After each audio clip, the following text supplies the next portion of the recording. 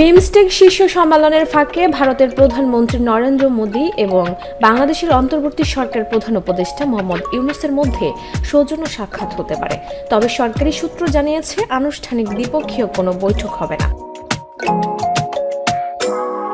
আগামী 2 থেকে 4 এপ্রিল থাইল্যান্ডের ব্যাংককে বিমস্টেক শীর্ষ সম্মেলন হতে যাচ্ছে। অনেক বছর পর এবার রাষ্ট্রনেতাদের উপস্থিতিতে সম্মেলন হচ্ছে। মূল থিম হল 2030 সালের মধ্যে সমৃদ্ধশালী, স্থিতিস্থাপক এবং উন্মুক্ত বিমস্টেক গঠন। সম্মেলনে ভারতের পররাষ্ট্রমন্ত্রী এস জয়শঙ্কর ও বাণিজ্য মন্ত্রী পীযূষ গোয়েল যাবেন।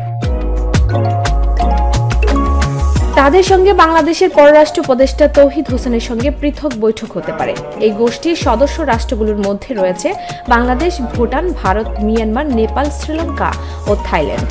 সম্মেলনে বিমস্টেক ব্যাংকক ভিশন এবং ঘোষণাপত্র জারি হবে। এই ঘোষণায় জঙ্গিবাদের বিষয়টি প্রাধান্য পাবে। ডেস্ক রিপোর্ট, ভোরের পাতা।